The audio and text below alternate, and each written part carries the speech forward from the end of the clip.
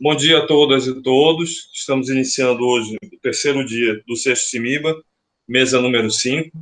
Gostaríamos mais uma vez de renovar os nossos pedidos de agradecimento à FAPEAN, que tornaram possível a realização desse evento, com todo o apoio financeiro e logístico.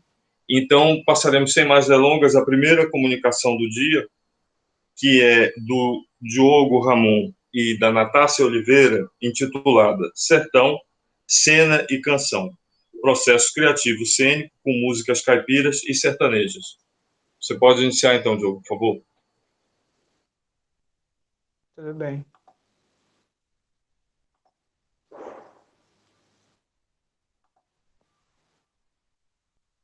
Só colocar aqui para aparecer a apresentação. Tá aparecendo? Ainda não.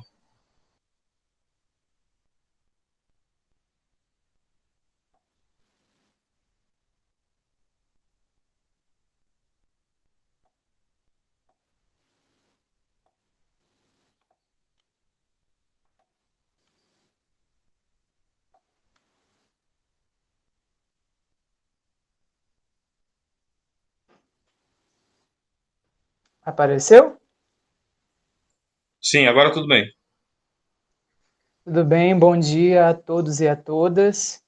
Eu me chamo Diogo Ramon, sou ator e atualmente mestrando em Artes da Cena pela Universidade Federal de Goiás. E esse é um trabalho desenvolvido por mim e pela minha orientadora, Natácia Garcia, que é professora na, no próprio PPGAC, né, no Programa de Pós-Graduação em Artes da Cena, da Universidade Federal de Goiás, especificamente na Escola de Música e Artes Cênicas da UFG. O nome desse trabalho, o título específico desse trabalho aqui que a gente está apresentando é Sertão, Cena e Canção, processo criativo cênico com músicas caipira e sertaneja. Vamos lá. Eu inicio o trabalho trazendo esse trecho de uma canção que nós podemos dizer que seja uma canção caipira, mas ela também é uma canção sertaneja, que diz: E se vier fazer visita, aí que a gente gosta, roda de viola e uma boa prosa, em volta da fogueira então a gente mostra. Sei que sou caipira, mas vivo melhor morando aqui no mato. Eu acho que parou de apresentar, né? Sim, saiu do modo de apresentação aqui. Deixa eu colocar aqui outra vez, gente.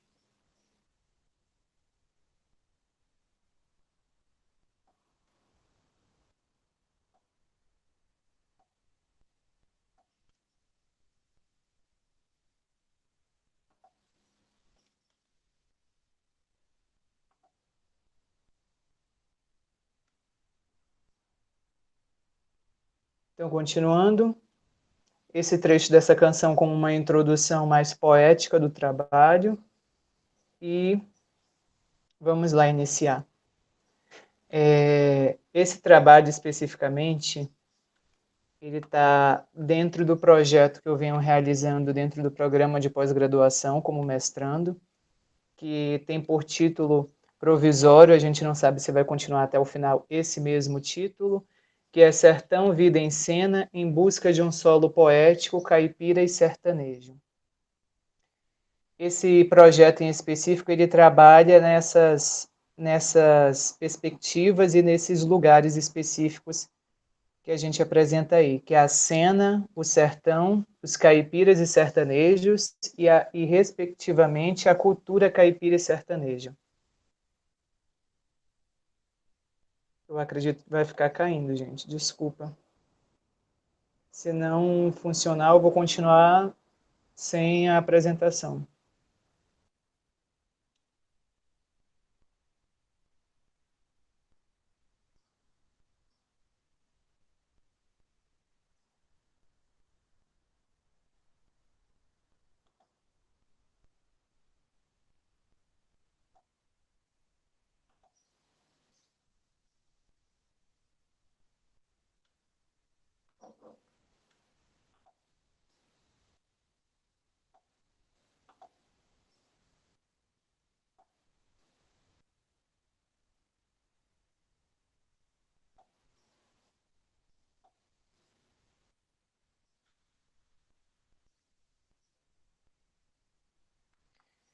Então, continuando, nessa perspectiva, a gente trabalha com alguns autores, como Darcy Ribeiro, Sérgio Buarque de Holanda e Antônio Cândido, que vão trazer essa perspectiva antropológica do que seria esse sertão, da ideia de sertão no Brasil e da ideia desses habitantes camponeses brasileiros que pertencem e que constituem esses lugares específicos chamados de sertão, que é o caipira, na perspectiva mais paulista, e o sertanejo numa perspectiva mais nordestina, mais centro-oestina, e que também chega, de certa forma, no norte e no sul do país.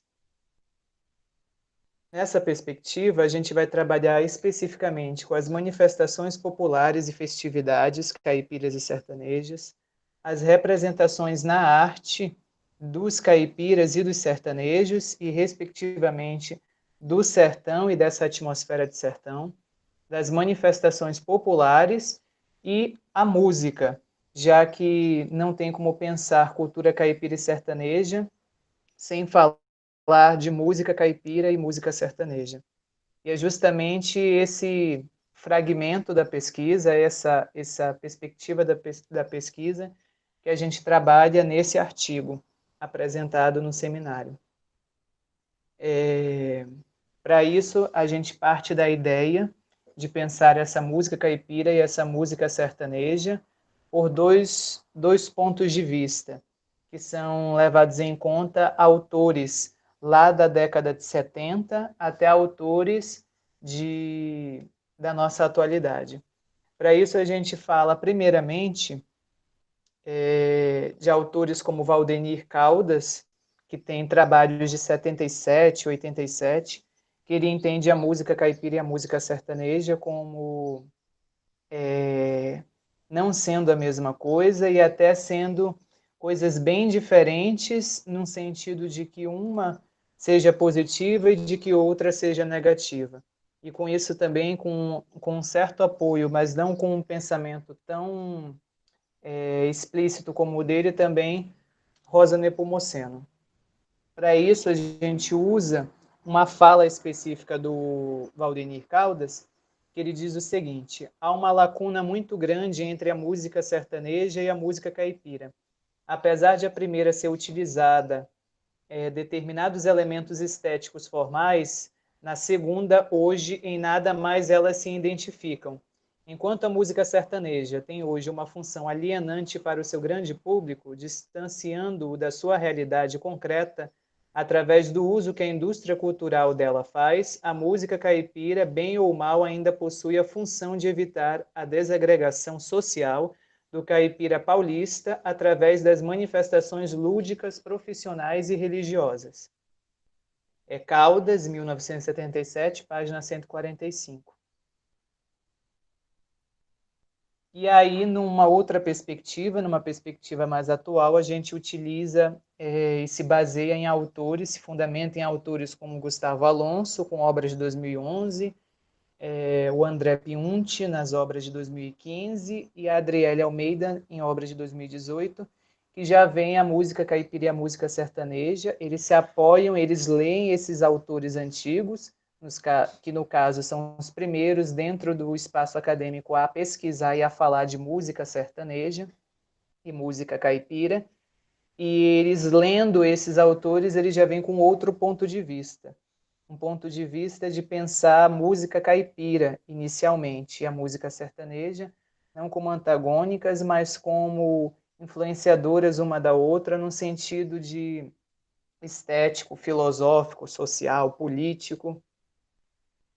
É por isso que a gente coloca a perspectiva de autores contemporâneos como Almeida e Alonso apresentam esses gêneros musicais brasileiros dialogando entre si, seja em aspectos estéticos, filosóficos, ideológicos e éticos, mantendo semelhanças por meio da permanência em tradições, e que também se afastam em alguns casos por conta das questões ligadas à temporalidade, mudanças e posicionamentos. Para isso, como não está aparecendo aí, infelizmente, a apresentação, porque a internet está caindo, mas a gente coloca imagens de uma pessoa que conseguiu traçar esse momento do que a música caipira era e de quando ela começa a ser chamada de sertaneja, que é o Cornélio Pires, e a gente utiliza aqui a imagem de um filme do Cornélio Pires, que são os chamados primeiros filmes do Brasil, e que tinham como ambiente dramatúrgico, dramático, o próprio sertão, e os sertanejos e os caipiras, que é o Vamos Passear. A partir daí, como metodologia nesse trabalho, a gente utiliza da contextualização histórica do gênero caipira e sertanejo, entendendo o próprio sentido da utilização do termo caipira e do termo sertanejo, haja vista aquilo que já foi pontuado no início, que o termo caipira está mais ligado aos camponeses, aos moradores do interior paulista e especificamente da Paulistânia, que era todo esse espaço antigo que pertencia ao centro-oeste inteiro, Mato Grosso do Sul, Goiás, e parte hoje, atualmente, de Tocantins, né, com a divisão, e de Mato Grosso do Sul também com a divisão de Mato Grosso, partes do Paraná e o Sudeste pegando Minas Gerais, parte de Espírito Santo, parte do Rio de Janeiro e São Paulo. E o sertanejo mais nessa perspectiva ali nordestina e que também alcança, de certa forma, o norte e o sul do país. A gente também traça uma análise reflexiva crítica acerca dessas músicas, pensando num sentido filosófico, estético, poético e político também dessas canções, dessas músicas caipira e sertaneja. E a gente traça uma exposição das perspectivas de influência e colaboração da respectiva música num processo criativo artístico cênico. Esse processo criativo artístico cênico é o próprio projeto que vem sendo desenvolvido no mestrado.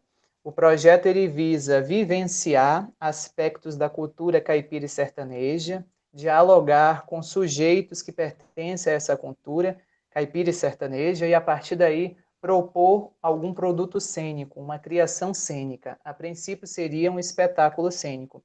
Como nós sabemos, estamos no meio de uma pandemia, fica complicado a produção de um espetáculo, tanto quanto a realização desse espetáculo. Por conta disso, a gente ainda está pensando alternativas de como produzir cenicamente e como expressar cenicamente essas vivências com essa cultura caipira e sertaneja. Por conta disso, dessas vivências com a cultura caipira e sertaneja, consequentemente vem a música caipira e sertaneja, que é o foco específico desse artigo, num processo artístico, cênico e investigativo que vem sendo realizado nessa pesquisa. E também, como metodologia, a gente traça uma colaboração de referências bibliográficas, como eu já citei os primeiros, né, no que diz respeito tanto ao entendimento de caipira e sertanejo, e depois o entendimento de música caipira e música sertaneja. De colaborações de referências fonográficas também, a utilização de canções que explicitam aí essa música que vem ocorrendo desde 29 até atualmente e como que a gente consegue perceber aí essas mudanças distintas desses gêneros, audiovisuais e teatrais, aos quais estrutura os apontamentos e as interpretações que são feitas no trabalho.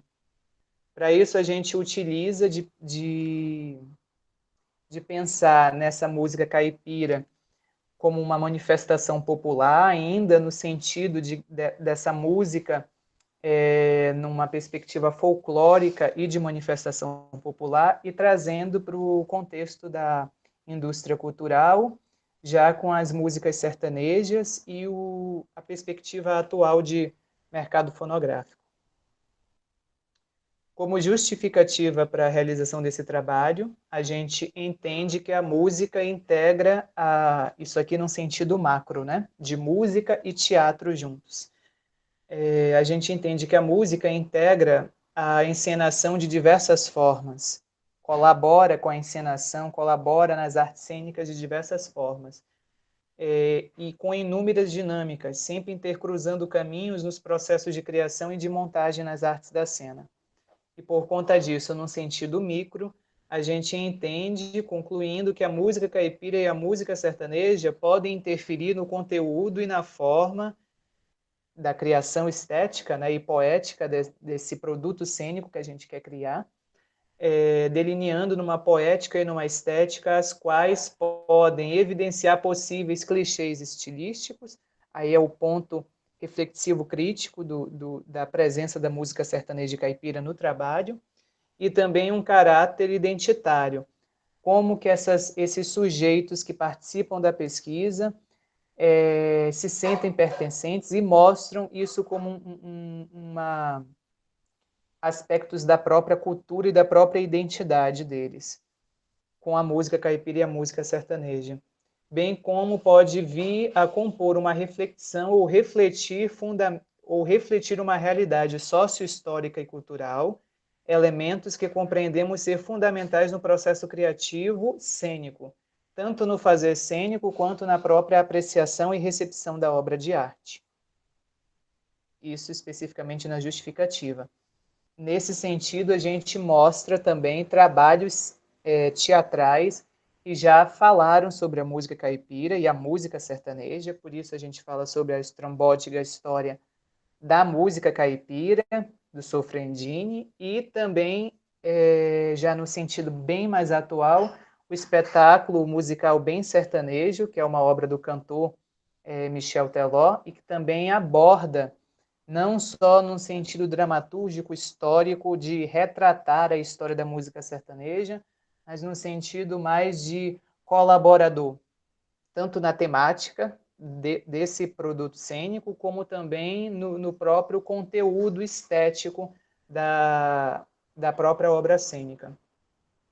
As nossas considerações em processo são as seguintes. Nós entendemos que a música caipira e a música sertaneja está atrelada à cultura caipira e sertaneja, e não tem como pensar a cultura caipira e sertaneja sem pensar na música caipira e na música sertaneja. Por conta disso, a gente entende que a música caipira e a música sertaneja no processo criativo tem uma colaboração cênica, ela colabora no processo criativo do ator, que no caso é o próprio pesquisador, que sou eu, né? E interfere nesse processo de criação de personagens, de encaminhamento, de atuação nesse produto cênico. A gente entende também que ela colabora num contexto histórico, porque automaticamente ela vai contextualizar muitas coisas desse universo caipira e sertanejo, haja vista que a gente entenda a música sertaneja a partir de 1929, mas a gente sabe que a música caipira está aqui no sentido do Brasil, de entender Brasil, desde da mistura entre europeu, africano e indígena, e daí ela vem desde dos primeiros camponeses, dos primeiros sertanejos, habitantes desses sertões brasileiros. Então, ela há muito tempo já está. Por isso, ela colabora nesse sentido desse contexto histórico. Ela colabora também dramaturgicamente, porque ela compõe, ajuda a compor uma escrita cênica, uma escrita de uma dramaturgia, e no sentido de dramaturgia que nós falamos no sentido, para isso a gente usa a colaboração do Barba, do Eugênio Barba, que no sentido de que são as várias dramaturgias sendo compostas, a dramaturgia das sonoridades, a dramaturgia do ator, a dramaturgia do próprio texto cênico, e por aí vai.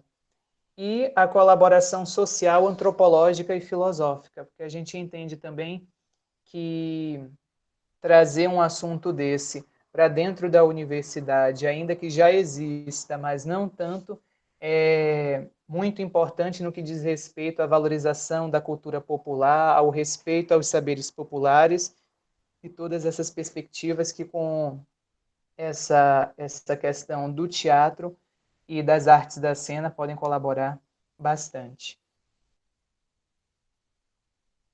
E a gente finaliza usando as referências. Eu queria muito poder ter mostrado para vocês as apresentações aqui, mas infelizmente a internet não colaborou. As referências, como eu já disse, é do Gustavo Alonso, com Cowboys do Asfalto, a Adriele Almeida, que fez a dissertação dela falando especificamente sobre um quadro que tinha no programa Fantástico da Rede Globo, que falava sobre essa música caipira e sertaneja.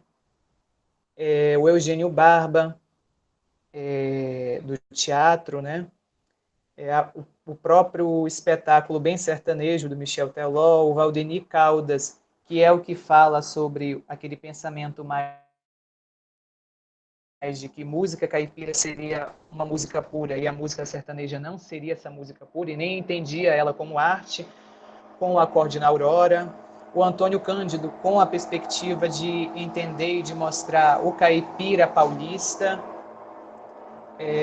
O Sérgio Buarque de Holanda, com Raízes do Brasil. Intérpretes do Brasil, com Antônio Cândido também. O Rock de Barros e Laraia, com o Conselho de Cultura. Uma questão mais, a gente pode dizer, mais histórica, aí, de entender como que tem os preconceitos em volta da cultura caipira e sertaneja, com as obras do Monteiro Lobato, que vai tentar estimular o preconceito a essa cultura, com o Urupês e o Zé Brasil. A Rosa Nepomuceno com música caipira, Angelino de Oliveira com Tristeza do Jeca, a dita primeira música caipira do Brasil, que é de 18. O trabalho com a minha própria orientadora, que Diogo, vai falar do você pode teatro concluir, por favor? dialético. Você Posso pode sim, concluir? posso. E outros trabalhos que a gente tinha já realizado durante o ano passado, que também são usados aqui como referências. E é isso, gente. Obrigado. Bom dia. Obrigado, Diogo. Então, nós vamos prosseguir a segunda comunicação e você fica após a segunda comunicação, nós vamos fazer uma roda de perguntas e um debate, eventualmente, entre os dois comunicadores, tá? E eu te peço para ficar para essa próxima etapa. Então, nós vamos Tudo bem. passar já na sequência. Obrigado. Nós vamos passar já na sequência para a comunicação do Matheus Santo e Caroline Caneato, que será apresentada pela Caroline Caneato, intitulada O Desenvolvimento do Gosto Teatral, Investigações Preliminares com base na teoria do potencial de arousal ou arousal? Como é que se diz isso, Caroline? Arousal. Arousal, tá bem. Então falei direitinho. Então pode começar, por favor, Caroline. Tá bom, obrigada, Mari. Em primeiro lugar, desculpa a todo mundo, eu cheguei um pouquinho atrasada e eu estava na rua resolvendo umas pendências. Acabou, deu tudo errado hoje, mas enfim, no fim das contas, desculpa a correria, mas acho que estamos conseguindo chegar para apresentar. Deixa eu compartilhar a tela aqui com vocês. Pronto, já está bonitinho lá. Eu estou apresentando o trabalho do Matheus, então. O Matheus acabou de ter um problema de conexão em casa, ele que ia fazer a apresentação, então eu assumi, assim, meio que em cima da hora, meio que não, né? Bem em cima da hora para fazer a apresentação. Mas então, vamos lá, vamos tentar explicar um pouquinho o que é esse artigo que o Matheus desenvolveu. Esse trabalho dele é um recorte da dissertação de mestrado que ele defendeu agora há poucos meses, né? Esse trabalho foi escrito há bastante tempo, né? Ainda no ano passado. Ele é um recorte que, quando o trabalho dele ainda não tinha chegado na parte da pesquisa de campo, então ele é uma revisão de literatura apenas, né? Um recorte da revisão de literatura que o Matheus fez. O tema desse trabalho, então, é o desenvolvimento do gosto em teatro, né? O Matheus estava querendo entender por que as pessoas gostam de determinadas peças teatrais e por que elas não gostam. E mais do que isso, ele estava tentando entender como é que esse desenvolvimento do gosto se dá, né? Como é que as pessoas, porque as pessoas não gostam das mesmas coisas a vida inteira, né? Os gostos mudam ao longo da vida das pessoas. E ele estava querendo entender o que acontece ao longo desse processo de desenvolvimento. Então, o objetivo do Matheus era investigar como ocorre o desenvolvimento do gosto teatral, usando para isso uma teoria que é a chamada teoria do potencial de arousal, que a gente já vai discutir um pouquinho, que é uma teoria lá do campo da cognição. Então, as justificativas para a realização desse trabalho são as contribuições que ele pode trazer, né, para que a gente compreenda esse fenômeno da construção do gosto por espetáculos teatrais. A pesquisa do Matheus mostrou que existe muito pouco sendo discutido a esse respeito, né? Existem poucos trabalhos abordando a formação do gosto do espectador, né? Tem muito trabalho pensando a formação do espectador, né? Como que esse espectador se forma lá dentro da escola, como que a educação pode contribuir para essa formação, e etc, etc.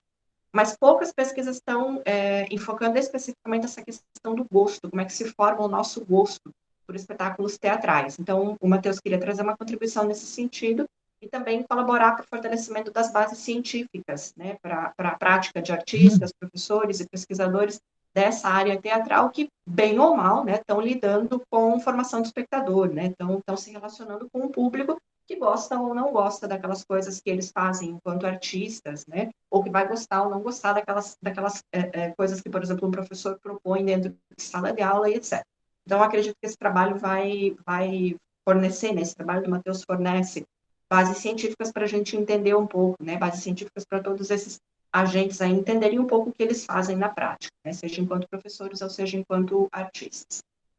Como eu falava, então, esse trabalho do Matheus, esse artigo que ele vai apresentar agora é só uma revisão de literatura. O Matheus depois fez também um trabalho de investigação mais experimental, ele entrevistou uma série de participantes, analisou o que essas pessoas pensavam a respeito de uma série de espetáculos que ele propôs, mas, enfim, o que ele fez até esse momento do artigo aqui é um recorte da revisão de literatura da dissertação dele. Então, vamos falar um pouquinho sobre essa literatura, essa teoria que está dando fundamento para o trabalho do Matheus. Como a gente dizia, é a teoria do potencial da Arousal, né? Essa teoria não é uma teoria recente, uma teoria da década de 70, que foi proposta por Berline, e com ela o autor busca explicar o gosto das pessoas por objetos estéticos. É interessante pensar que o Berline ele não foca a teoria dele no teatro, ele está pensando o gosto das pessoas por arte, de forma geral, né? Como é que ele está tentando entender, né, usando bases psicológicas, como é que esse gosto se manifesta, né? Por que pessoas gostam ou não gostam de certas coisas? Essa é a grande pergunta do Berline. E ele está fazendo essa pergunta olhando para os objetos artísticos de forma mais geral. Então, ele é um psicólogo, né, o Berline, ele não é alguém que está olhando especificamente para o gosto teatral. Aí a gente tem três autores do campo da música, né, o Hargreaves, North e Tarrant, que foram estudar, que foram tentar propor uma transposição desses estudos do Berline, né, para entender o desenvolvimento do gosto musical, mais especificamente, né. Berline está estudando gosto, então esses três autores agora pegam esses estudos do Berline para tentar entender o desenvolvimento do gosto, e mais especificamente do gosto teatral, né. Então, o Matheus foi beber lá nesses dois trabalhos, né, no trabalho original do Berline, e também nessa transposição que esses três autores fizeram do trabalho do Berline para o campo da música, mais especificamente para o campo do desenvolvimento, né? O que essa teoria diz? Né? De acordo com a teoria do potencial da Arousal, a resposta de gosto a resposta de gosto positiva, ela é construída a partir da junção dos aspectos de familiaridade e de complexidade em níveis intermediários que envolvem o objeto artístico para o apreciador. Não faz muito sentido, eu sei, por enquanto, vocês já vão entender o que essa teoria está dizendo. Tá? Esse slide explica um pouquinho para a gente entender um pouquinho o que é esse, digamos assim, esse enunciado da teoria, né? Vamos entender um pouquinho o que é potencial da Arousal. Arousal em inglês significa, a gente não tem uma tradução muito boa para isso em português, mas a gente pode traduzir de forma mais ou menos aproximada como excitação, arousal, né? Mas a gente não está falando de excitação sexual, a gente está falando de excitação de um modo geral, né? Então, quando a gente fala em potencial de arousal, a gente está falando em potencial de excitação. E objetos artísticos, de modo geral, eles têm um potencial para nos excitar. Então, objetos artísticos, de modo geral, possuem um potencial de excitação. O Berline, quando ele foi formular a teoria dele do gosto, como é que o nosso gosto por objetos artísticos se manifesta, ele foi beber, na verdade, em uma outra teoria anterior, em um outro psicólogo anterior a ele, que é o Wilhelm Wundt, que formulou o que a gente chama de uma curva de invertido, que é essa que a gente tem aí na tela, né? Que explica para a gente, como está escrito ali, né, o valor hedônico das pessoas, que explica o prazer que as pessoas sentem, por exemplo, por apreciar coisas no geral, né, no mundo, aí na vida, e que o Berline usa essa curva do invertido aqui para explicar, na verdade, porque que o prazer que a gente sente diante dos objetos artísticos. Né? O que esse gráfico aí do lado está dizendo para a gente? O que a curva do invertido diz? Ela diz que o valor hedônico ele é positivo, ou seja, que a gente sente prazer, que o nosso prazer ele é maior, que a gente gosta mais daquelas coisas que tem um potencial intermediário de arousal, ou seja, que tem um potencial intermediário de nos deixar excitados. Então, como vocês podem ver, o ponto mais alto do invertido, né, o pontinho mais lá para cima da curva, né, ou seja, que é aquele ponto que coincide com o valor mais alto de prazer, com os níveis mais altos de gosto, né, ele também coincide, se a gente fizer a comparação ali na linha horizontal, ele também coincide com o potencial de arousal intermediário, ou seja, quando a gente não está nem muito excitado, nem pouco excitado. Aí sim é que a gente gosta daquelas coisas, por exemplo, de uma peça teatral ou de uma música. A gente gosta daquelas músicas que nos provocam esse nível de excitação, esse potencial de arousal intermediário, nem muito alto, nem muito baixo. Né? Então, é exatamente isso que a gente diz aqui, né? Que o excesso ou a escassez de familiaridade ou de complexidade, já volto a explicar essas duas coisas, eles não favorecem o gosto positivo pelas obras, né? É necessário, então, que essas duas coisas se encontrem em níveis intermediários. Então, voltando um pouquinho aqui na curva né, nessa questão do invertido, a gente também pode substituir aquela palavrinha ali, aquela frase, potencial de arousal, por duas outras palavras, familiaridade e complexidade, que elas podem ser entendidas também como equivalentes desse potencial de arousal, né? Quando vamos pensar numa música, né, já que a gente parte desse campo, né, já que Mateus partiu desse campo, né? Uma música, por exemplo, que a gente gosta dela, segundo essa teoria toda, porque ela tá num nível intermediário de familiaridade, ou seja, ela não é nenhuma música muito batida, uma música que a gente já conhece, que a gente já ouve há muito tempo, né? É controverso isso, mas enfim, né? É a ideia da teoria. E também ela não é uma música completamente desconhecida, de uma linguagem que a gente nunca ouviu na vida, né? Esse tipo de experiência estética, inclusive, causa um estranhamento para as pessoas. Geralmente as pessoas tendem a não gostar de linguagens que elas nunca conhecem, né? Se a gente for pensar em música, por exemplo, música contemporânea, né? Alguém que nunca ouviu música contemporânea, num primeiro contato, geralmente tem a tendência de não gostar logo de cara, né? De se sentir, vamos pensar aqui naquelas linguagens mais atonais, né? Um ouvinte padrão geralmente reage desse modo, né? Mas não é só a familiaridade que intervém, também tem a ver com a complexidade, também tem a ver com o julgamento de complexidade que a gente faz da peça, né? Por exemplo, por que muitos ouvintes não gostam de música contemporânea? Não é só porque ela é pouco familiar para esses ouvintes, mas é também porque, por falta de contato com essa linguagem, ela também parece uma linguagem extremamente complexa, uma linguagem que a cognição da pessoa não consegue interpretar, não consegue atribuir significado, né? Por isso, o que vai acontecer, né? Agora eu chego no relacionamento dessas coisas com o potencial da Rosen, né? Quando a gente não está familiarizado e quando a gente julga como muito complexa, por exemplo, uma música que a gente ouve, essa música ela vai nos provocar um potencial de excitação, ela vai nos causar um potencial de arousal muito elevado, né? Ela vai excitar a nossa cognição de forma muito alta, né? E, consequentemente, a nossa cognição vai tender a barrar esses estímulos que estão vindo de fora, porque o nosso pensamento, a nossa mente, não dá conta de interpretar logo de cara aquilo, né? Então, é por isso que a gente fala desse o invertido, né? Quando o potencial de arousal é muito alto, ou seja, quando a complexidade é muito alta ou a familiaridade é muito baixa, a gente tende a não gostar daquelas coisas que a gente tá assistindo ou tá ouvindo, enfim, né? E o que o Matheus fala, só para abreviar um pouco aqui a questão, é que a gente vai pensar numa transposição a gente pode pensar numa transposição dessas ideias para o campo do teatro, né? Que a gente, ao invés de pensar em músicas, a gente pode pensar em espetáculos teatrais, né? E a gente pode pensar que, obviamente, nem todas as pessoas vão responder do mesmo modo a um espetáculo A, por exemplo, né? A gente pode ter espectadores que, por estarem num momento de desenvolvimento X, vão gostar daquele espetáculo, e outros espectadores que, por estarem em outro momento, não vão gostar, né? E é mais ou menos isso que o Matheus tenta explicar para a gente aqui, nesse gráfico que a gente tem na tela, né? Vou ignorar o que está escrito ali, vou fazer a minha explicação. Né? Imagine, por exemplo, né, olhando para essa figura, na verdade não precisa imaginar, isso que essa figura está dizendo para a gente é que o espetáculo A, ele é para um ouvinte imaginário aqui, vamos pensar no João, qualquer pessoa aqui, né? O João, para ele, o espetáculo A é o espetáculo que ele mais gosta, dentro desses 3 possíveis aqui, A, B e C.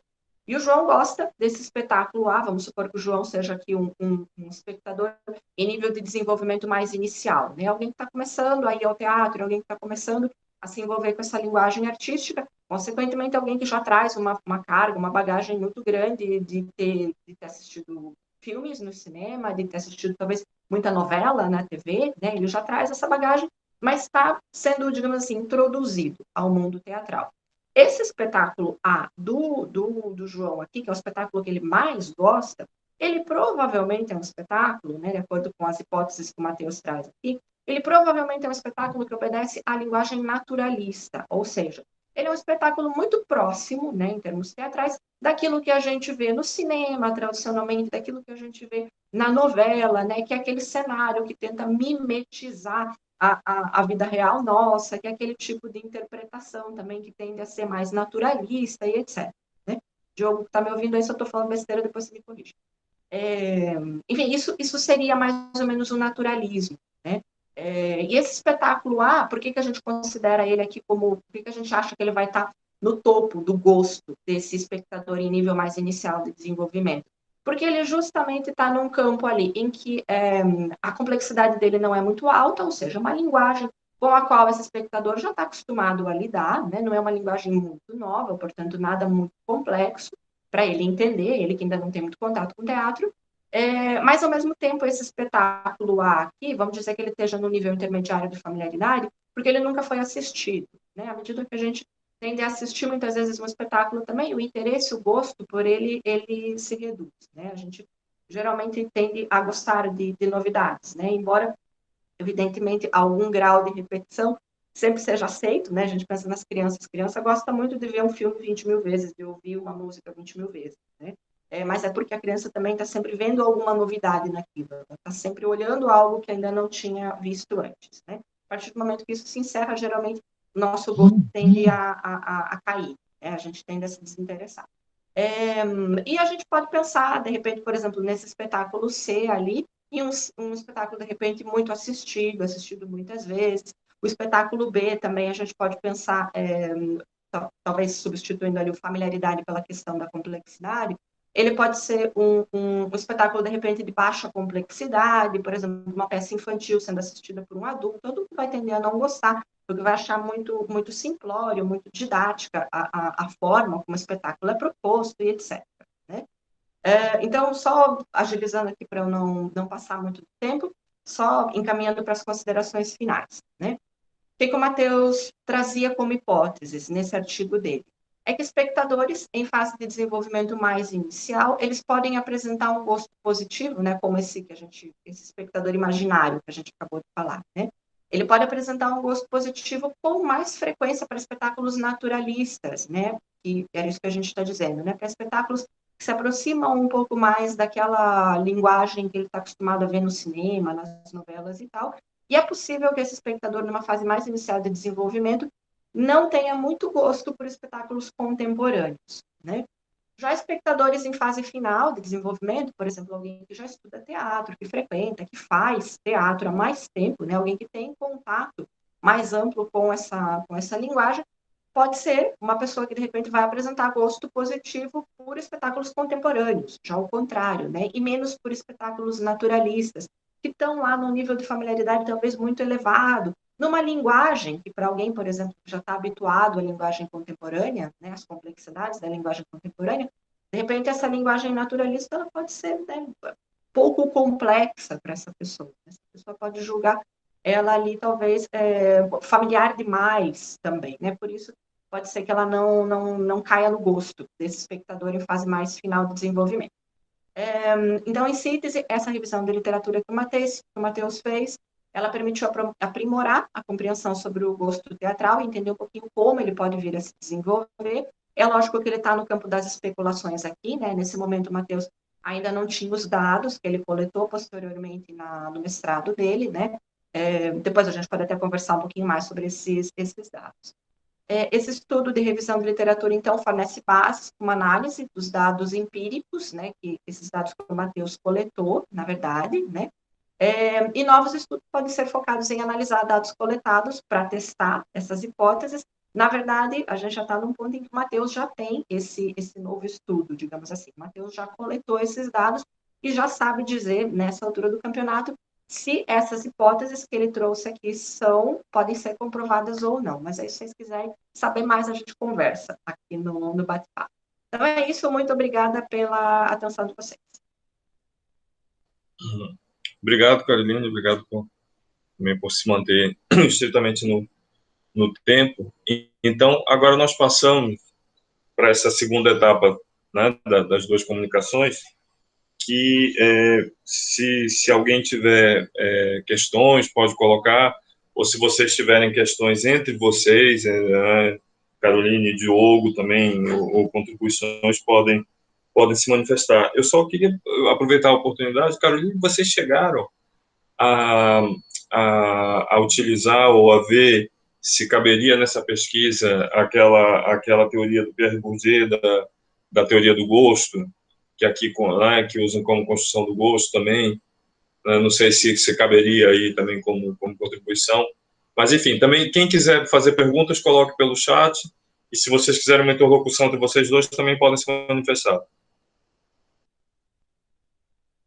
Obrigada, Mário. Então, a gente chegou durante uma das bancas, agora eu não lembro se a qualificação ou a defesa do Matheus, de fato, essa foi uma sugestão, trazer o Bourdieu para dentro do trabalho. A gente acabou não trazendo porque a gente resolveu realmente focar nesse campo da psicologia, mais experimental, né? Inclusive, teriam várias outras teorias no campo da psicologia mesmo, para rebater isso que diz a teoria do Berline, né? Porque na minha leitura, ela é uma teoria que é incompleta, né? Ela não dá conta de explicar esse fenômeno todo. Aí é lógico que o Bourdieu também viria a contribuir. A gente tem também outros autores no campo da estética que poderiam trazer contribuições, mas a gente resolveu, até pela necessidade de delimitar um pouco essa revisão da literatura, a gente resolveu ficar só nesse campo da psicologia e da psicologia experimental mesmo, focando na teoria do Berline. Mas aí o Matheus, depois ele vai assistir a gravação, provavelmente, né? Então fica aí, ó, Matheus, de novo. Estão falando no Bourdieu. Então, acho que é um campo para continuar esse trabalho aí para o doutorado, de repente. Sim, eu acho que pode ser interessante, porque embora ele não seja primordialmente voltado para as nossas áreas, algumas coisas podem ser adaptadas, né? Inclusive quando você estava falando de repertório, né, da familiaridade que a pessoa tem com o repertório, não sei o quê, eu me lembro, eu li pouco dele, na verdade, né? O original mesmo li pouco, mas ele fala muito de como se impõe uma marca, né? Como é que você vai criando um conceito, uma marca, como é que você vai fomentando isso. Isso também pode ser transposto para as nossas áreas, né? Talvez fosse interessante, como complementação, não que ele fosse sair da linha que ele está, né, que ele tá desenvolvendo, mas uma complementação interessante. Eu não vejo nenhuma pergunta aqui, o pessoal está tímido, né? Eu posso fazer uma pergunta para o Diogo também. Sim, faça, por favor. Tá bom. Só antes, mas de fato, Mário, boa observação essa que você fez, né? E uma das críticas que essa teoria do Berline recebe é justamente isso, né? Que ela tira a questão do gosto de um contexto, né? Ela entende a mente humana como se ela fosse fora de um contexto. E a gente sabe que existem, por exemplo, relações sociais que vão determinar o que a gente gosta ou não gosta, né? Por exemplo, pegando um gancho com o que o Diogo falou, né? A gente sabe, por exemplo, que são as relações, por exemplo, pensando em gosto no adolescente, né? São as relações do grupo social no qual o adolescente vive que vão determinar o gosto daquela pessoa, né? Então, o menino que frequenta o grupo dos metaleiros que se veste preto jamais vai dizer que gosta de sertanejo universitário, né? Ele seria banido do grupo. Então, a gente também não pode isolar esse fenômeno, né? Obrigada pela contribuição. Tá?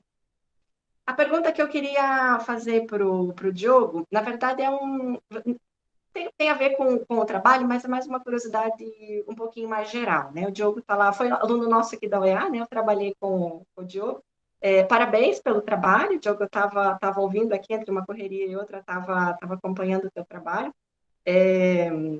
Você sempre foi um menino muito sério, né? Então eu vejo que você está fazendo aí uma revisão de literatura toda profunda, tá? E se enfiando de cabeça nesse campo da música, né? E eu tenho uma curiosidade para te perguntar, que é uma coisa que eu já tenho acompanhado, o Matheus não é o primeiro aluno que eu acompanhei aqui no PPGLA, né? Teve o Fábio antes, eu já tenho acompanhado alguns alunos que saíram do curso de teatro e que acabam fazendo, né, por estarem sob minha orientação, acabam fazendo muitas relações entre teatro e música. E uma coisa curiosa que sempre acontece nas bancas de defesa, de qualificação dos meninos, é que quando eles fazem esse tipo de relação, há quem se incomode, né, pessoas do teatro, há quem se incomode pelo fato de eles estarem indo buscar lá na música, lá em outra área do conhecimento, referências, ou no teu caso mesmo, né, até uma referência para a tua construção poética, né, não é só referência bibliográfica, mas é referência para, se eu entendi bem, né, para a tua construção, para a construção do teu espetáculo, né, então, tem a gente que se incomode com esse tipo de estabelecimento de relações, né? Como se o teatro tivesse como é que a gente fala? Me fugiu a palavra. É como se vocês tivessem que venerar, digamos assim, uma área do conhecimento superior a vocês, tendo que buscar referência. Enfim, é mais ou menos a leitura que as pessoas fazem, sabe? Aí eu queria perguntar de você, que está lá em outro programa de pós-graduação, em outro estado, né, em outra universidade, como é que tem sido essa receptividade dos teus pares, dos teus professores, aí da área de artes cênicas, a esse diálogo que você está fazendo com música? Isso é bem visto? Ou também tem um pouco esse preconceito, digamos assim? Oi, professor, obrigado pela pergunta. É, Professor, eu vou falar mais pelo ponto de vista da minha orientadora, né? Que teve uma abertura muito grande para deixar que fosse realizado assim esse diálogo, né? Porque desde o início, quando foi pensado o projeto, eu disse que eu tinha esses 4 elementos específicos dessa cultura que ia ser estudada, que tinham que estar presente nesse trabalho, que eram as manifestações populares, a religiosidade no meio da manifestação popular, que são as festividades, o contexto histórico, né, dessa cultura e a música, querendo ou não, sendo estando presente, às vezes mostrando aquilo que às vezes no contexto histórico de uma leitura de livro a gente não consegue, mas por uma música sertaneja, uma música caipira, a gente consegue ligar e entender aquele sentido ali. Então ela foi muito receptiva, ela entendeu. Eu tinha até uma certa preocupação, nem tanto no sentido macro da relação do teatro com a música e do teatro e lá dialogar com a música. A minha preocupação maior era justamente de que música que estava sendo falada ainda, que era a caipira sertaneja. Mas ela teve uma recepção muito grande. Os outros professores, eles não nem concordaram nem discordaram, assim, eles só estiveram abertos a escutar o assunto e tudo mais, mas assim também de tecer alguma crítica, falar alguma coisa. Não falaram, não. É normal, né? Ninguém cria caso com isso. Sim. Legal, bom saber. Parabéns e sucesso na continuação da tua pesquisa. Obrigado, professora. Eu quero agradecer também a senhora, porque a professora Cariniato foi a primeira professora que me ensinou esses negócios de escrever artigo, de apresentar em evento, e ela me ajudou bastante. Por coincidência, o assunto do artigo que a gente escreveu junto era justamente sobre naturalismo, né? No teatro, né? Então tem tudo a ver com o que a senhora levantou aí sobre o Matheus. Obrigado. Obrigado, Diogo. Obrigado, Caroline. Caroline é um dínamo dentro do nosso curso. Né? Olha a tua responsabilidade, Caroline. Caroline, então, você poderia apresentar agora a próxima? A Chayane não vem, não é? Isso, a Chayane não vai vir, então a Chayane já não era surpresa. A Chayane já estava combinado aqui que eu que ia fazer a apresentação dela. A Chayane entrou de licença maternidade essa semana, agora, na segunda-feira, então eu vou fazer. Ela gravou um vídeo, na verdade, esse artigo que a Chayane apresentou para o CINIBA, ela também apresentou numa disciplina que eu estava desenvolvendo com ela, né? Então, ela gravou um vídeo para a disciplina e já ficou o vídeo, a gente já vai aproveitar, então, para fazer aqui. Eu vou colocar para tocar, então, o vídeo dela, daí depois, no final, a gente debate. São 15 Tá, minutinhos. tá ótimo, perfeito, perfeito.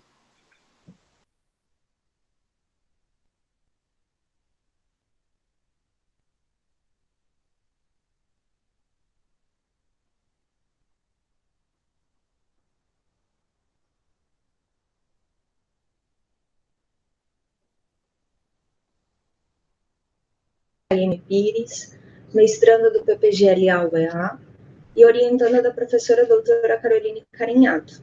Eu vou apresentar um trabalho de revisão de literatura desenvolvido para a disciplina Cognição Musical, que tem como título Compreendendo a Memória Musical e suas contribuições para a prática da dança.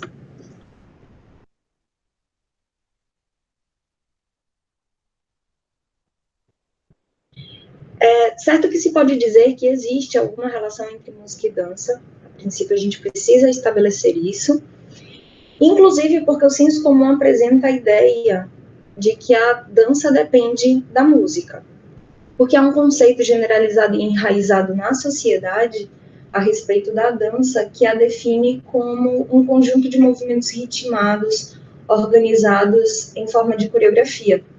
E que para ter essa coreografia é preciso de música. E também é certo que existe uma relação direta entre essas linguagens. Mas ainda que haja esse julgamento acerca da relação entre essas duas linguagens artísticas e que a música seja colocada até certo ponto como fator fundamental para se ter dança, ela parece assumir um papel acessório na prática. Isso porque ainda ela é muito usada como plano de fundo. E na maioria das vezes, ainda que o estudo sobre música seja considerado em alguns processos de criação na atualidade, fatores e discussões musicais importantes que poderiam contribuir para a prática da dança são ignorados. E este estudo pretende abordar uma dessas discussões em específico, que é a memória.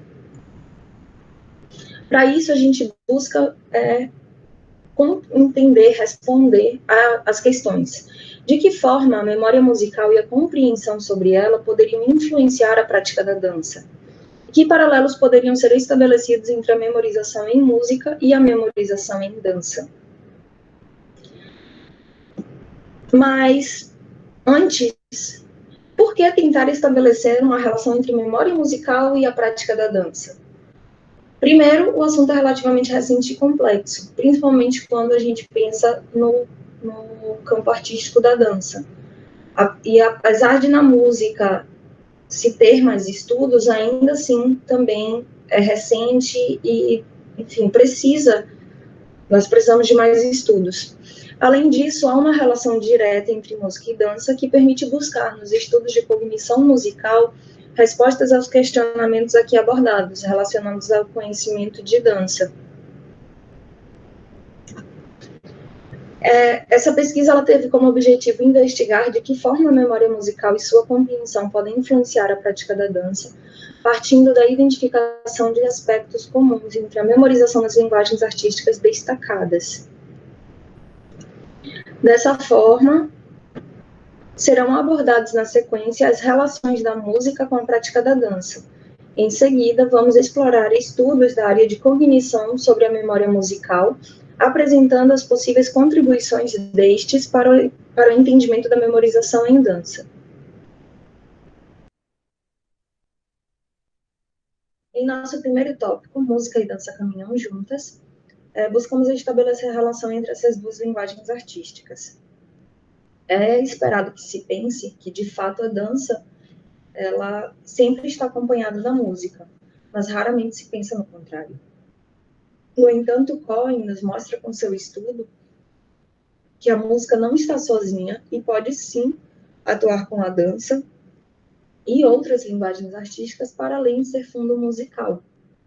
A autora afirma ainda que a música ela envolve muito mais que ouvir e tocar, e nós acreditamos que, da mesma forma, a dança utiliza muito mais que a melodia ou o ritmo da música. Conforme se pode ver nos estudos apresentados por Cohen, as performances artísticas, elas têm estabelecido uma relação de contribuição umas com as outras cada vez mais evidente. Uma investigação realizada por Tim Speckman e Wakefield, de 2008, sobre os efeitos da música no cinema, comparou os efeitos da música diegética, ela que está presente no ambiente, e da não diegética, que é apresentada como plano de fundo e adicionada após a criação de uma cena. E eles obtiveram como resultado que as diferentes formas de inserção e uso da música na mesma cena levaram a diferentes interpretações em relação às emoções dos personagens, a relação entre eles e a intenção referente ao humor da cena. É possível observar esse mesmo efeito na prática da dança, quando uma sequência coreográfica que é criada e dançada sem um acompanhamento musical e tem esse elemento acrescentado posteriormente. Normalmente, ele não apresenta os mesmos aspectos expressivos que uma coreografia que é criada e apresentada junto à música. Ainda seguindo essa linha de pesquisa, Wakefield e Speckman, em 2017, realizaram um outro estudo, considerando esses mesmos conceitos de música diegética e não diegética, mas acrescentaram à investigação as questões de alteração de volume e timbre na trilha sonora de uma cena, e eles concluíram que estes elementos também interferem na percepção dos espectadores, da mesma forma que no estudo anterior. Isto nos sugere que pequenas alterações na música influenciam na percepção do público, tanto quanto a performance dos artistas e outros elementos relacionados à cena, que são importantes, né, como o roteiro, figurino e demais aspectos que são utilizados nas apresentações.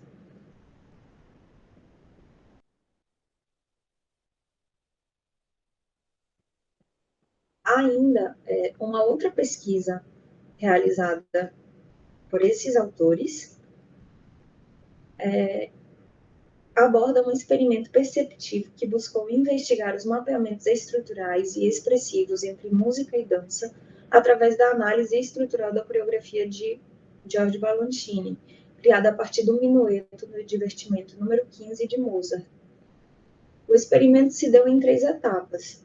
Primeiro, houve a apresentação aos participantes da coreografia, depois da música e no final da coreografia com a música juntas. Os participantes foram solicitados a indicar os finais e os inícios de sessões, as ideias expressas em cada uma das gravações e ainda os pontos de tensão e de emoção, tanto da dança quanto da música, em separado e juntas. Os resultados mostraram que há grandes semelhanças estruturais entre as produções, mesmo quando elas foram apresentadas separadamente. Isto revela a evidência de diversos elementos que permitem um mapeamento sincronizado entre música e dança, sugerindo que há a possibilidade de se criar um esquema geral de organização que opere nas 2 linguagens em conjunto. Revela ainda a importância do conhecimento da estrutura da música por parte dos bailarinos. Isso estabelece uma relação muito direta que, ao meu ver, ultrapassa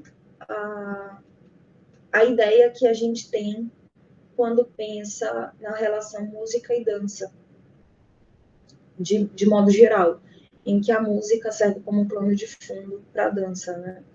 É preciso muito mais que o conhecimento da melodia, do ritmo, por parte dos bailarinos. O que eu estou querendo dizer é que o conhecimento da música ele pode contribuir para uma melhor prática, uma melhor performance da dança, na dança. Em nosso segundo tópico, nós trazemos as contribuições da cognição e memória musical para a dança. Antes da gente estabelecer essas contribuições, né, pode-se dizer que a cognição musical ela trata da compreensão dos aspectos psicológicos e fisiológicos que permitem e permeiam as experiências musicais. Conforme Hilary, 2010, essa área do conhecimento busca compreender os processos mentais que sustentam os comportamentos musicais, como a percepção, a memória, a atenção, compreensão e outros aspectos. Como na dança ainda não há pesquisas desenvolvidas acerca da cognição, faremos uso dos estudos de cognição musical para tentar entender como se dá a memorização na dança. E a gente traz o estudo de Chaffin, Demos e Logan, em que abordam um estudo sobre encadeamento associativo, os tipos de memória utilizados por músicos e a memória endereçada, a fim de explicar como músicos experientes memorizam. Os autores apontam que músicos experientes constroem e utilizam uma espécie de mapa mental da peça enquanto eles tocam, que lhes permite acompanhar onde estão à medida em que o ato de tocar se desenvolve, possibilitando que se recuperem de um esquecimento durante a performance sem a necessidade de retomar do início.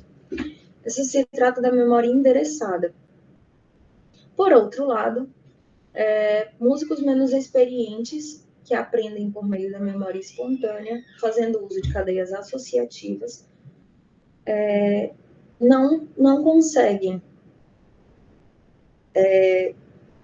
retomar ou continuar a execução de uma peça a partir da falha de memória. Porque eles unem inconscientemente porções da música, de modo que cada passagem indica ou puxa o que vem a seguir. Estes princípios se aplicam diretamente à prática da dança, visto que a maioria dos estudantes de dança também memoriza ou tenta, na maior parte das vezes, memorizar espontaneamente, utilizando-se de cadeias associativas. Aqui, nesse trecho de partitura de dança, na cadeia associativa, se o bailarino ele sofre uma falha de memória aqui no terceiro movimento, ele precisa retornar ao primeiro para poder continuar.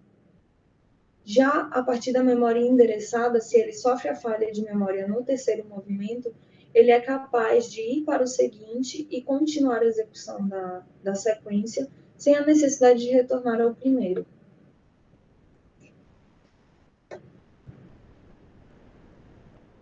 Chaffin, Demos e Logan concluem que o famoso tocar de memória, que é o tocar a partir da cadeia associativa, que utiliza a memória espontânea, provoca muita ansiedade nos artistas, porque o medo de errar, de esquecer, toma conta.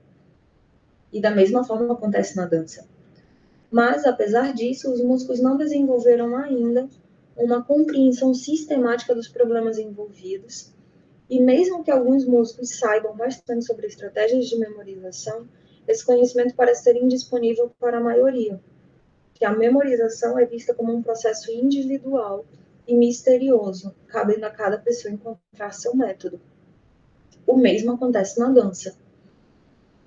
Porque além de não haver muitos estudos sobre a memória e os seus processos, assume-se a individualidade das práticas mnemênicas, com a ideia de que cada bailarino memoriza da sua forma.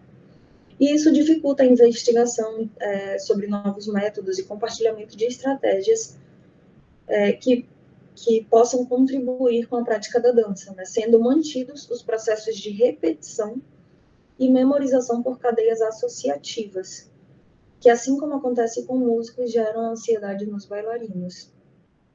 Contudo, nós acreditamos que, ainda que seja um processo individual, o conhecimento sobre os processos da memória e o seu funcionamento precisam ser compreendidos para que cada pessoa possa descobrir qual o seu melhor modo de memorizar, qual a sua forma, Por isso, Chaffin, Demos e Logan, 2016, abordam ainda, nesse estudo, uma breve revisão dos múltiplos sistemas de memória que julgam serem mais relevantes para a performance musical. E eu vou abordar de forma bem rápida aqui para a gente. A memória auditiva, que está relacionada diretamente ao encadeamento associativo, a memória espontânea, que permite ao músico saber que está no caminho certo, ao mesmo tempo que ativa a memória para o que vem a seguir. Então, enquanto ele está tocando, ele está sendo ativado, está sendo informado do que vem a seguir, que é justamente o encadeamento associativo. O desenvolvimento de esquemas auditivos para os aspectos musicais reduz o leque de possibilidades da lembrança, possibilitando aos músicos maior facilidade na recordação da música. E isto sugere que a compreensão musical interfere quase que diretamente na capacidade de memorização, porque a compreensão auditiva leva os músicos a considerarem como aceitável para a continuação de uma melodia memorizada apenas um número restrito de possibilidades, das combinações de notas. E isso demonstra claramente a importância da percepção musical na prática da dança, porque se para um músico é importante que ele tenha esse entendimento, essa compreensão de aspectos da música, na dança não vai ser diferente. O bailarino ele precisa conhecer a estrutura musical para que a memória dele seja ativada, para que a memória auditiva dele esteja ali em funcionamento. Eles trazem também a memória estrutural, que fornece um tipo de organização hierárquica e permite a criação de endereços de conteúdo, que se referem à memória endereçada que se utiliza de mapas mentais.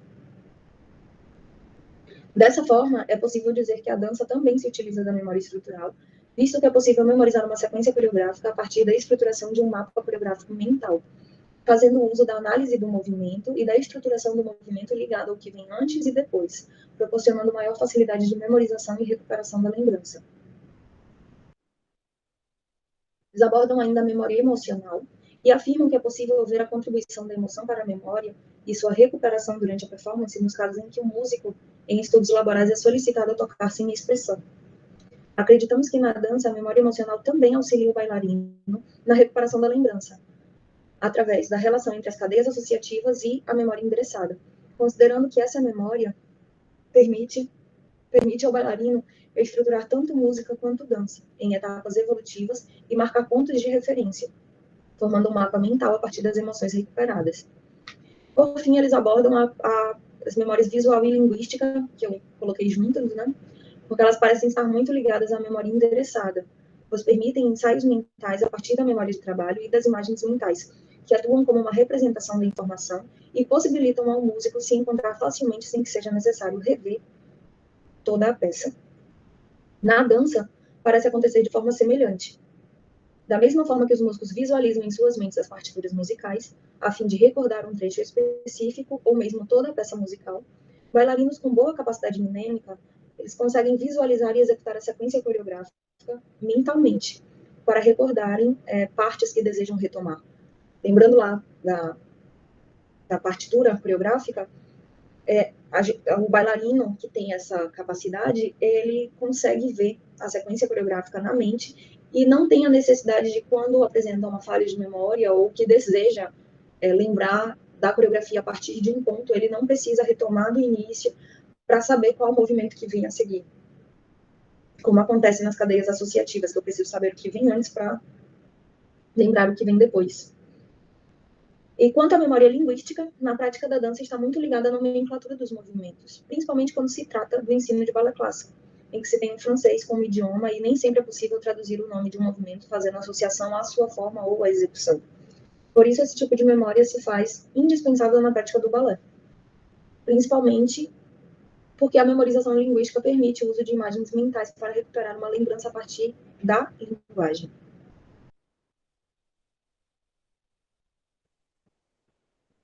Com isso, entendemos que a compreensão dos aspectos musicais para além do tempo e ritmo da música permite ao bailarino uma melhor prestação mnemônica, visto que ele será capaz de memorizar não apenas por cadeias associativas relativas ao movimento, mas também e principalmente por meio de memória endereçada relacionada à música. Ainda vimos que a utilização da música desde a criação de sequências coreográficas, desde a criação das sequências, favorece a performance do bailarino. Isto porque, além de proporcionar uma relação mais clara entre música e dança, permite que mapas mentais sejam formados a partir da estrutura coreográfica associada à estrutura da música.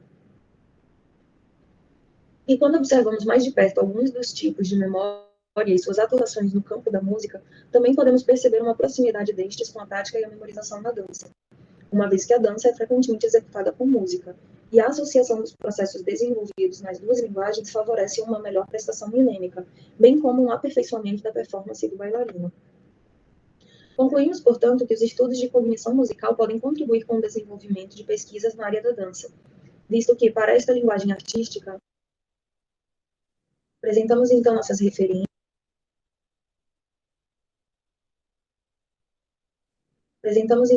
referências. No vídeo não deu para abordar de forma mais direta as relações que estabelecemos de música e dança, mas é possível ver no trabalho. Eu agradeço e é isso.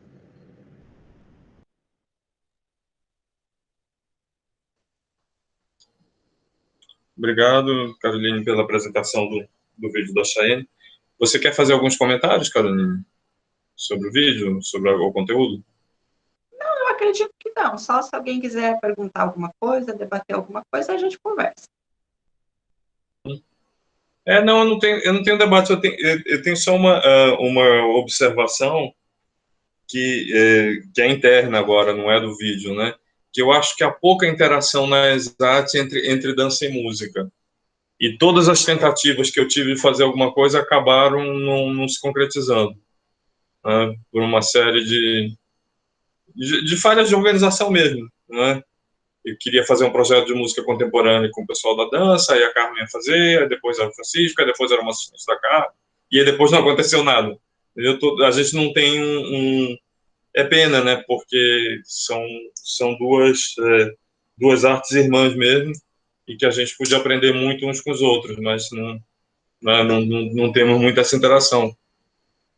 Sim, e mesmo os professores, né? A Chayenne, por exemplo, foi uma feliz coincidência, né? A Chayenne eu conheci na única vez em que eu ministrei a disciplina de Psicologia da Educação para o curso da dança. Então, se a gente também tivesse mais esse diálogo, né? Se eles viessem para as nossas disciplinas, se os nossos alunos também fossem para as disciplinas de lá, eu acredito que a gente conseguiria estabelecer mais esse diálogo, né? E tem gente muito boa na dança que pode dialogar, gente muito competente que pode fazer esse tipo de trabalho, né? Com certeza. Sim, não, eu acredito, né? E assim, eu acho que também nós poderíamos apresentar muita coisa do repertório para os alunos de dança, né?